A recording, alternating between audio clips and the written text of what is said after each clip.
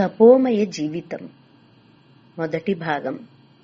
లోకములోని చింతనాశీలులను తత్వవేత్తలను ఈ లోకంలో దుఃఖం ఎందుకు ఉంది అనే ప్రశ్న వేధించినంతగా మరే ప్రశ్న వేధించి ఉండదనడం అతిశయోక్తి కాదు. ఈ ప్రశ్నకు సమాధానమేమిటో సర్వుల చింతనా శక్తికి అందనిదై ఉంది. బహుశా శ్రీ వివేకానంద స్వామి అన్నట్లుగా హిందువు నాకు తెలియదు అని అంటాడు కదా, అంతకుమించి ఏమీ చెప్పలేము అన్నదే సముచిత జవాబు ఏమో. కాని దుఃఖమనేది ఉంటూ ఉండడం అనుభవైక వేద్యమే. దీనిని ఎవరూ కాదనలేరు. అందువలనే మహాత్ములు దుఃఖాన్ని జీవితపు మరో ప్రక్కగా స్వీకరిస్తారు. వారు దుఃఖంలో కొట్టుమిట్టాడరు. అటూ ఇటూ పరుగులెత్తి వారిని వీరిని సంప్రదించి పరిస్థితులను మార్చి దుఃఖాన్ని నివారించడానికి ప్రయత్నించరు. వచ్చే దుఃఖాలను యథాతథంగా స్వీకరించి వాటిని తమ జీవన పురోగతికి ఒక సోపానంగా ఉపయోగించుకుంటారు. ఈ లోకమే బ్రహ్మాండమైన నాటక రంగం. మనలో ప్రతి ఒక్కరికి ఒక పాత్ర కేటాయించబడింది. సుఖదుఖాలు మనకు గురువులు. ఇందులో సుఖానుభవాల కంటే దుఃఖానుభవాలు ఇచ్చే తర్ఫీదే మన పాత్రను చక్కగా అవగతం చేసుకునేలా చేస్తుంది. కనుక కుంతి, భగవంతుడా, మాకు మరిన్ని దుఃఖాలే కలుగుగాక, దుఃఖానుభవాలే మేము నిన్ను స్మరించేటట్లు చేస్తాయి అని ప్రార్థన చేసింది. అందువలన దుఃఖాన్ని స్వీకరించడానికి తగిన మనోపరిపక్వతను రూపొందించుకోవడం ఎంతో అవసరం. నిజమేమిటంటే జీవితంలో ఎదురయ్యే కష్టాలను దుఃఖాలను ప్రశాంతంగా సహించి అవి నేర్పే గుణపాఠాలను మనం స్వీకరించినప్పుడు అది మనోనిబ్బరతను పెంపొందిస్తుంది. ఆధ్యాత్మిక శక్తిని ప్రసాదించి ఇతరులు గౌరవించే ఉన్నత స్థితిని మనకు కల్పిస్తుంది. కాబట్టి సహనంతో దుఃఖాలను స్వీకరించడం ఒక మహత్తరమైన తపస్సు అవుతుంది. సన్యాసులు ప్రాపంచిక సుఖాలను పరిత్యజించి అనుష్ఠించే తపస్సు కంటే ఈ తపో జీవితాన్ని ఉన్నతమైన స్థానంలో ఉంచుతాడు ఒక మహాత్ముడు. గురుదేవిగా జగజ్జనినిగా పరిమణింపనున్న మాతృదేవికి ఆధ్యాత్మిక శక్తి ఆవశ్యకత కలిగింది. అందుకే బృందావనం నుండి 1887 ఆగస్టులో తిరిగి వచ్చిన మాతృదేవి ఇలాంటి తపో జీవితానికి తమను అర్పించుకున్నారు. మహిళా లోకానికి వెలుగును ప్రసాదించే దివ్య జ్యోతిగా అవతరించారు మాతృదేవి. అందువల్ల సామాన్య స్త్రీలు సైతం చేపట్టగల అదే సమయంలో ఇతర తపస్సుల కన్నా ఉన్నతమైనదైన ఈ దుఃఖపూరిత జీవితమనే తపస్సును చేగొన్నారు. నేటి మహిళ తన జీవితంలో ఎదుర్కోవలసిన ఎలాంటి సమస్య అయినా ఈ కాలఘట్టంలో మాతృదేవి జీవితంలో చోటు చేసుకోకుండా ఉండలేదు. నేటి మహిళా స్థితిగతుల కన్నా ఏ విధంగానూ మెరుగ్గా ఉండలేదు. కానీ ఇంతకీ ఆమె తమ స్థితిగతులను విడమరచి ఎవరి సహాయాన్నైనా యాచించి ఉండాలి కదా, ఎవరినైనా తప్పుబట్టి ఉండాలి కదా, ఎవరినైనా దూషిస్తూ పల్లెత్తు మాట ఆమె నోటి నుండి వెలువడి ఉండాలి కదా. లేనే లేదు. ఎందుకంటే ఇది తమకు ఆవశ్యకమని తెలుసుకుని ఇచ్ఛాపూర్వకంగా ఆమె ఈ తపోమయ జీవితాన్ని ఎంచుకున్నారు. ఇది నారీలోకానికి ఆదర్శప్రాయంగా వెలుగొందడమే కాకుండా తమ అవతార కార్యాన్ని నెరవేర్చడానికి కావలసిన శక్తిని కూడా ఆమెకు వసగింది. గురుదేవుల జీవితంలోనూ మాతృదేవి జీవితంలోనూ సాధనలను తపో పద్ధతులను వెతుక్కుంటూ వారు వెళ్లలేదు. ఎలాంటి పరిస్థితులనైనా స్వీకరించడానికి వారు సంసిద్ధులై ఉన్నారు. అవి వచ్చేటప్పుడు వాటిని ఉపయోగించుకొని తాము సాధింపదలుచుకున్న దానిని సాధించారు. మాతృదేవి ఈ దుఃఖపూరిత జీవితాన్ని కావాలని ఎంచుకొని దానిని తపోమయ జీవితంగా మలుచుకున్నారు. గురుదేవుల సంకల్పం కూడా అదే. కాశీపూర్ రోజులలో ఆయన ఒక రోజు మాతృదేవిని పిలిచి, నా తదనంతరం నువ్వు కామార్పుకూరుకు వెళ్లి అక్కడ నివసించు. ఏమైనా ఆకుకూరలు పండించుకో. వట్టి అన్నమో ఉడకబెట్టిన ఆకుకూరలో దొరికింది తింటూ ఆధ్యాత్మిక సాధనలు అనుష్ఠించు. కాని ఒక్క విషయం, ఒక్క చిల్లి కాసైనా ఎవరి వద్ద చేయి చాచి యాచించవద్దు. చేతులు చాచావంటే నీ తలను కుదువ పెట్టినట్లే. భక్తులెవరైనా ప్రీతితో నిన్ను తమ ఇంట ఉండమని ఆహ్వానించవచ్చు. అలాంటి ఆహ్వానాన్ని కూడా మన్నించకు. అంతకంటే బిచ్చమెత్తి జీవించడం ఉత్తమం. కామార్పుకూరులోని నీ సొంత ఇంటిని వదలవద్దు. తిండి తిప్పలకు ఎలాంటి లోటు రాదు అని చెప్పి ఉన్నారు. కాని గురుదేవులు చెప్పినది యథాతథంగా మాతృదేవి స్వీకరించేవారు కారని మునిపే చూశాము. కాలాంతరములో ఒక సందర్భంలో యోగిన్మ మాతృదేవితో, అమ్మా, కొన్ని సమయాలలో గురుదేవుల సలహాలను సైతం పాటించక దృఢంగా ఉండిపోయారు కదా, అది ఎలాగమ్మా అని అడిగింది. అందుకు మాతృదేవి చిరునవ్వుతో, యోగిన్, ప్రతి విషయంలోనూ మరొకరికి తలొగ్గి నడవడం సాధ్యమయ్యే పనేనా అంటూ బదులు చెప్పారు. మరొక సందర్భంలో వైవాహిక జీవితం గురించి చెప్తూ, కాలమంతా పూర్తిగా ఒక వ్యక్తికి తలవొగ్గి నడుస్తూ అతడి బలహీనతలన్నింటికీ తాళం వేస్తూ గడిపే జీవితమవుతుందా అని అన్నారు. అందువల్ల భర్తకు తగిన భార్యగా మాతృదేవి జీవితం గడిపారు అని చెప్పినప్పుడు భర్త ఏది చెప్పినా ఆలోచనారహితంగా దానిని తూచా తప్పక పాటించారు అని అర్థం కాదు. గురుదేవులు కూడా దానిని ఆకాంక్షించలేదు. ఇది గురుదేవుల ఆజ్ఞ కాదు. ఇలాంటి జీవితాన్ని మాతృదేవి అనుసరించవచ్చు అని మాత్రం సూచించారు అంటారు శ్రీ గంభీరానంద స్వామి. కనుక కామార్పుకూర్ జీవితాన్ని మాతృదేవి ఇచ్ఛాపూర్వకంగానే స్వీకరించారనడం సబబు. ఇక రాబోయే రోజులు దుఃఖమయంగా ఉంటవని మాతృదేవికి తెలుసు. గురుదేవులు సజీవులై ఉన్నప్పుడే హృదయ్ ఆమెను అవమానపరచడం విదితమే. రామ్లాల్ అర్చకుడుగా నియమితుడయ్యాక గురుదేవులను గౌరవించడం మానుకున్నాడు. ఇలాంటి బంధువులు కామార్పుకూరులో మాతృదేవికి ఎలాంటి స్వాగతమిస్తారో ఆమెకు తెలియనిది కాదు. కాశీపూర్ రోజులలో ఒక రోజు గురుదేవులు రామ్లాల్తో, ఇదిగో చూడు, నీ పిన్నమ్మ కామార్పుకూరులో నివసించేలా చూసుకో అన్నారు. అందుకు రామ్లాల్, ఆమె ఎక్కడైనా వసించని అంటూ పరిహాసపూర్వకంగా బదులు చెప్పాడు. అతడి జవాబులోని భావాన్ని గ్రహించిన గురుదేవులు, ఏం మాటలంటున్నావు, నువ్వు కూడా ఒక మనిషిగా జన్మించావే అన్నారు ఆవేదనతో. కామార్పుకూర్ రోజుల గురించి మాతృదేవిని ఏదైనా సందేహం ఉన్నా అది రామ్లాల్ సమాధానం విన్న తర్వాత నివృత్తి అయి ఉంటుంది. మాతృదేవి పరంగా చూస్తే గురుదేవుల నిర్యాణం కంటే గొప్ప దుఃఖం ఆమె జీవితంలో మరొకటి ఉండదు. అందువల్ల బృందావనంలో అత్యున్నత ఆధ్యాత్మిక అనుభవాలను పొందిన మాతృదేవి దుఃఖమయ కాలఘట్టంలో తపోమయ జీవితాన్ని స్వీకరించడానికి సిద్ధమయ్యారు. మాతృదేవి బృందావనం నుండి తిరిగి రావడానికి ముందుగానే రామ్లాల్ తనకు చేతనైనంత చేసేశాడు. మధురబాబు, రాణి రాస్మణి చేసిన ఏర్పాటు ప్రకారం గురుదేవులకు నెల జీతంగా 7 రూపాయలు చెల్లించేవారు. గురుదేవుల నిర్యాణానంతరం ఆ జీతాన్ని మాతృదేవికు ఇస్తూ వచ్చారు.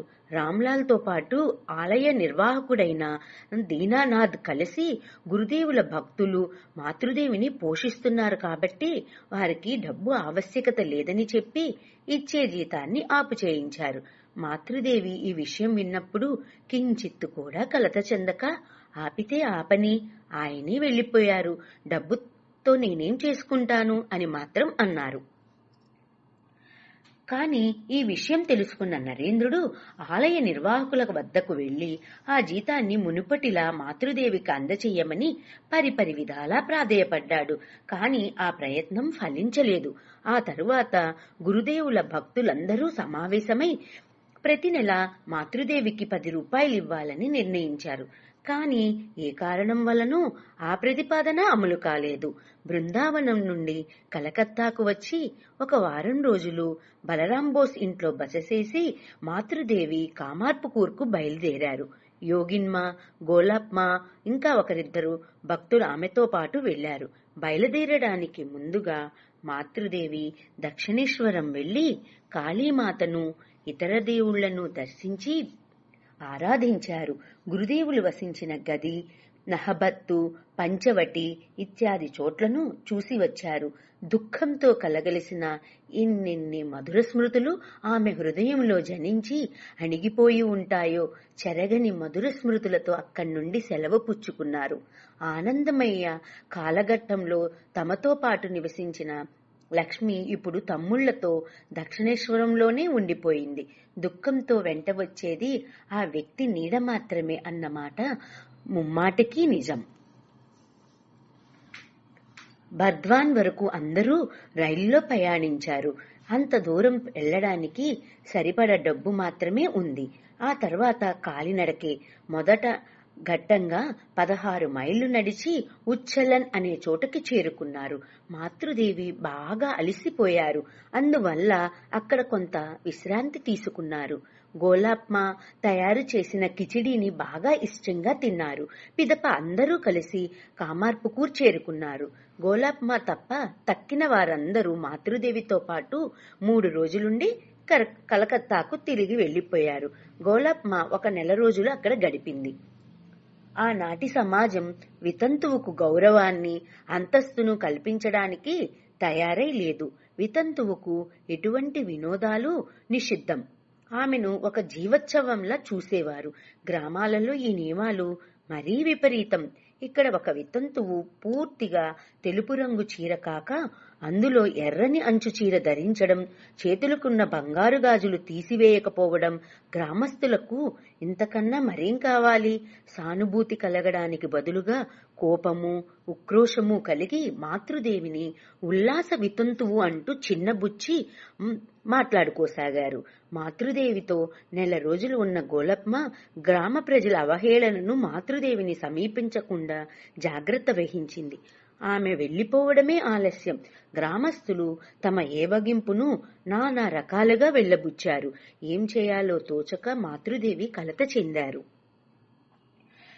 కాని జయరాంబాటిలో ఒక భాను అత్తలాగా కామార్పుకూరులో మాతృదేవికి ఎంతో స్వాంతననిచ్చిన వ్యక్తి ప్రసన్నమయ్యి చిన్నతనంలోనే గురుదేవులను భగవంతునిగా ఎంచి ఆరాధించిన వ్యక్తి ఈమె. వృద్ధురాలైన ఆమె కూడా ఒక వితంతువు. ఆమె భక్తి, పవిత్ర జీవితము గ్రామస్తులకు ఆమె పట్ల గౌరవాన్ని కలిగించాయి. మాతృదేవిని దూషించిన గ్రామ ప్రజలతో ఆమె గదాయి భార్య, సామాన్యమైన స్త్రీ కాదు, గదాయిలా ఈమె కూడా దైవమే అంటూ పలు విధాలుగా నచ్చజెప్పింది. ఆ మాటలు విన్న తర్వాత గ్రామ ప్రజల ధోరణి పూర్తిగా మారకపోయినా కొంతలో కొంత మారింది. ప్రసన్నమయ్యతో పాటు కామార్పుకూరులో మాతృదేవికి అండగా నిలిచింది ధని అనే వృద్ధురాలు.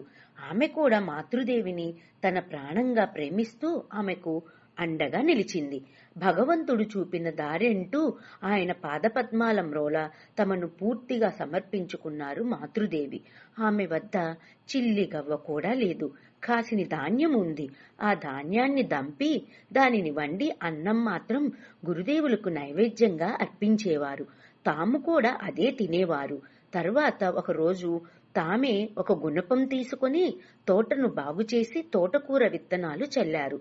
ఈ తోటకూర పెరిగేదాకా కేవలం ఒట్టి అన్నం మాత్రమే తిన్నారు.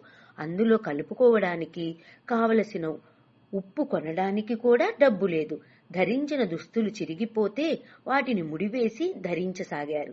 దారిద్ర్యం ఆమెను ఎంతగా బాధించిందో తెలుస్తూనే ఉంది కదా. సమాజ కట్టుబాట్ల కారణంగా గ్రామస్తులు మాతృదేవిని దూషించారంటే బంధువులు అంతకంటే ఒక మెట్టు పైకెక్కి ఆమెను చీత్కరించారు. ఒక వితంతువు సుమంగళిగా జీవించగోరుతుందనే కారణం వల్లనో లేకపోతే గ్రామస్తులు తమను కూడా వెలివేస్తారనే భయంతోనో బంధుగణం ఇలా ప్రవర్తించిందో తెలియరాలేదు.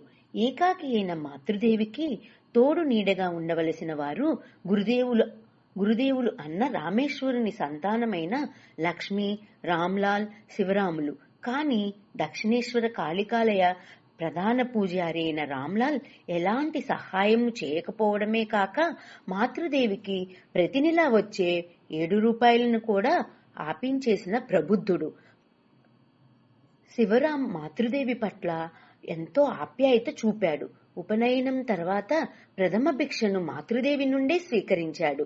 కాని మాతృదేవికి ఎలాంటి సహాయం చేయలేని నిస్సహాయ స్థితిలో అతడున్నాడు. అతడు తన అన్నతో దక్షిణేశ్వరంలోనే ఉన్నాడు. లక్ష్మి కూడా సోదరులతో పాటు దక్షిణేశ్వరంలోనే ఉండిపోయింది. ఒకసారి దక్షిణేశ్వరం నుండి వచ్చిన రామ్లాల్ తనతో పాటు 4-5 బంధువులను తోడ్కొని వచ్చి కుటుంబ ఆస్తిపాస్తులను త్వరగా పంపకం చేసి మాతృదేవి వాటాగా గురుదేవులు జన్మించిన చిన్న గుడిసెను అప్పజెప్పి కులదైవమైన రఘువీరుని పూజకు నైవేద్యానికి ఏర్పాట్లు చేసి తిరిగి వెళ్లిపోయాడు. ఈ పరిస్థితిలో మాతృదేవికి ఒకంత ఊరడింపుగా ఉన్నవారు ఎప్పుడో ఒకసారి వచ్చిపోయే భక్తులు మాత్రమే. పేదరికం కారణంగా భక్తులలో పలువురు కామార్పుకూరుకు వెళ్లలేకపోయారు. అరుదుగా వచ్చే భక్తులను ఆహ్వానించి మాతృదేవి ఉపచరించేవారు. వారికి తమ పేదరికము దుఃఖము తెలియరాకుండా జాగ్రత్త వహించేవారు. తమ పరిస్థితిని ఎవరికీ ఎన్నడూ మాతృదేవి చెప్పుకున్నది లేదు. ఇలా తమంతట తామే ఏర్పరచుకున్న తపోమయ జీవితములో పూర్తిగా లయమైపోయారు మాతృదేవి. ఆమె బాహ్య జీవితం పేదరికం ఆవేదనలతో సమ్మిశ్రితమై తపోజ్వాలలో దగ్ధమయ్యే అదే సమయంలో ఆమె ఆంతరిక జీవితం ఆధ్యాత్మిక అనుభవాలతో ఆనందంతో తొణికిసలాడసాగింది. గురుదేవుల దర్శనము ఆధ్యాత్మిక దర్శనాలు అనుభూతులు ఆమె ఆంతరంగిక జీవితాన్ని పరిపూర్ణం చేశాయి. పేదరికము ఒంటరితనం తప్ప మాతృదేవి ముఖ్యమైన 2 సమస్యలు ఆధ్యాత్మిక అనుభవాలతో పరిష్కృతమయ్యాయి. మాతృదేవి వితంతువు జీవితాన్ని స్వీకరించకపోవడమే గ్రామ ప్రజల దూషణలకు కారణం. దివ్యమయులైన భర్త తనతో పాటు ఉంటున్నప్పుడు ఆమె ఎలా వితంతువు అవుతారు? ఇది మొదటి సమస్య. చిన్నతనం నుండే గంగానది పట్ల మాతృదేవికి ఎన్నలేని భక్తి ప్రవత్తలు ఉండేవి. దక్షిణేశ్వరంలో ఉంటున్నప్పుడు నిత్యము ఆ పవిత్ర నదిలో స్నానం చేసి ఆనందించిన వ్యక్తికి ఇక్కడ అది లేకపోవడం పెద్ద లోటు. ఇది 2వ సమస్య. ఈ 2 సమస్యలు అద్భుతమైన ఒక ఆధ్యాత్మిక దర్శనంతో పరిష్కరింపబడ్డాయి. ఈ విషయంగా మాతృదేవి ఇలా అన్నారు. బృందావనం నుండి తిరిగి వచ్చి నేను కామార్పుకూరులో ఉంటున్నప్పుడు గ్రామవాసుల నోటికి భయపడి చేతులకు ధరించిన గాజులను తీసివేయడానికి ప్రయత్నించాను. వాటిని వేసుకున్నందుకు ఇప్పటికీ నన్ను దూషించడం మొదలుపెట్టారు. దానితో పాటు గంగలో స్నానం చేయాలని నేను ఎంతగానో అభిలషించాను. కానీ గంగానది చాలా దూరంగా ఉంది. ఏం చేయాలి? ఒకరోజు ఇలా ఆలోచిస్తున్నప్పుడు గురుదేవులు భూతికాల్ వైపు నుండి ఇంటి వైపు రావడం చూశాను. నాకు ఆశ్చర్యం వేసింది. ఆయనను వెంబడించి నరేంద్రుడు, రాఖాల్, బాబూరాం ప్రభుత శిష్యులు భక్తులు వస్తూ ఉన్నారు. గురుదేవుల దివ్య పాదాల నుండి నీరు ఊటగా విరజిమ్ముతూ ఆయనకు ముందు అలలలా లేస్తూ ప్రవహిస్తూ ఉంది. ఈ దృశ్యం చూడగానే ఓ ఆయనే సమస్తమై ఉన్నారు, ఆయన పాదాల నుండే గంగ పొంగి వస్తుంది అని నాలో నేను చెప్పుకుంటూ రఘువీరుని ఆలయం వద్ద ఉన్న చెట్టు నుండి 2 చేతుల నిండా పువ్వులు తీసుకువచ్చి ఆ గంగకు అర్పించి ప్రణమిల్లాను. ఇంతలో నన్ను సమీపించిన గురుదేవులు గాజులు తీసేయకు, వైష్ణవ తంత్రాల గురించి నీకు తెలుసా అని అడిగారు. నేను అదేమిటి నాకు తెలియదే అన్నాను. అందుకు ఆయన ఈ రోజు మధ్యాహ్నం గౌరీ వస్తుంది, ఆమె ఈ విషయంగా నీకు వివరిస్తుంది అన్నారు. అంతలో ఆ దృశ్యం చెదిరిపోయింది. ఆ రోజు మధ్యాహ్నం గురుదేవులు చెప్పినట్లే గౌరీ వచ్చింది. ఆమె నుండి స్త్రీకి భర్త చిన్మయుడు అని తెలుసుకున్నాను. ఇలాంటి దృశ్యాల కారణంగా మాతృదేవి అత్యున్నత ఆధ్యాత్మిక స్థితులలోనే మగ్నులవసాగారు. ఆధ్యాత్మిక శక్తి కూడా వారి నుండి అభివ్యక్తం కాసాగింది. ఈ సమయంలో ఒరిస్సా నుండి ఒక సాధువు అక్కడికి వచ్చి ఒంటరిగా ఒక గుడిసెలో ఉంటూ తపోమయ జీవితం గడపసాగాడు. ఒకరోజు కొందరు దుష్టులు ఆయన గుడిసెకు వెళ్లి ఆయనను చితకబాది పూజా ద్రవ్యాలను చిన్నాభిన్నం చేసి ఆయనను వేధించారు. దాంతో ఆయన కామార్పుకూరు వదిలి వెళ్లిపోవడానికి నిశ్చయించుకున్నాడు. ఆ సంగతి మాతృదేవికి తెలిసింది. తమకు గ్రామస్తులు కలిగిస్తున్న బాధలను గురించి మాతృదేవి అంతగా పట్టించుకోలేదు. ఆ సాధువుకు ఎలాగైనా సాయపడాలని ఆమెకు అనిపించింది. తమకు తోడుగా కొందరిని తీసుకుని అక్కడికి వెళ్లారు. వారి సహాయంతో హల్దార్ కూర్కు వాయువ్య తీరంలో ఒక చిన్న గుడిసెను నిర్మించసాగారు. సరిగ్గా అప్పుడే ఆకాశంలో కారు మబ్బులు క్రమ్మలా వెంటనే భారీగా వాన వచ్చే సూచనలు కనిపించాయి. మాతృదేవి చేతులు జోడించి, భగవంతుడా, ఆగాలి. గుడిసె నిర్మాణం పూర్తిగానే మీ ఇష్టానుసారం వర్షించవచ్చు అంటూ ప్రార్థించారు. అలాగే గుడిసె మీద ఆకులన్నీ పరిచిన తర్వాతే వర్షం కురిసింది. సాధువును కూడా ఆ గుడిసెలో నివసించేలా చేశారు. అటువైపుగా వెళ్లేటప్పుడల్లా స్వామీజీ ఎలా ఉన్నారు అంటూ క్షేమం విచారించేవారు మాతృదేవి. ఆ సాధువు ఎక్కువ రోజులు జీవించలేదు. గుడిసెలో నివసించడం మొదలుపెట్టిన కొంతకాలానికే ఆయన మరణించాడు. ఆగు అన్నప్పుడు వర్షం ఆగడమే కాక వర్షించు అనగానే వర్షించడం కూడా జరిగింది. కాలాంతరంలో ఒకసారి జయరాంబాటిలోనూ దాని పరిసరాలలోనూ బొత్తిగా వానలు పడకపోవటంతో కరువు విలయతాండవం చేసింది. ఒకరోజు గ్రామ ప్రజలందరూ కలిసి మాతృదేవి వద్దకు వచ్చి, అమ్మా, ఈ సంవత్సరం కూడా వర్షాలు కురవకపోతే అందరూ తప్పక చావాల్సిందే అంటూ మొరపెట్టుకున్నారు. వారి దుఃఖం చూసి కరిగిపోయిన మాతృదేవి వారితో పాటు పొలాలకు వెళ్లారు. ఎండి బీడుబట్టిపోయిన పొలాలను చూసి ఆమె కన్నీళ్లు ఆపుకోలేకపోయారు. అత్యంత భక్తి శ్రద్ధలతో చేతులు జోడించి, భగవంతుడా, ఇదేం ఘోరం, కాటకంతో అందరూ చావలసిందేనా అంటూ హృదయం ద్రవించేలా ప్రార్థించారు. ఆ రాత్రే వాన వాన వాన ఎంత వాన కురిసిందంటే దానితో వారి కాటకం తీరిపోయింది.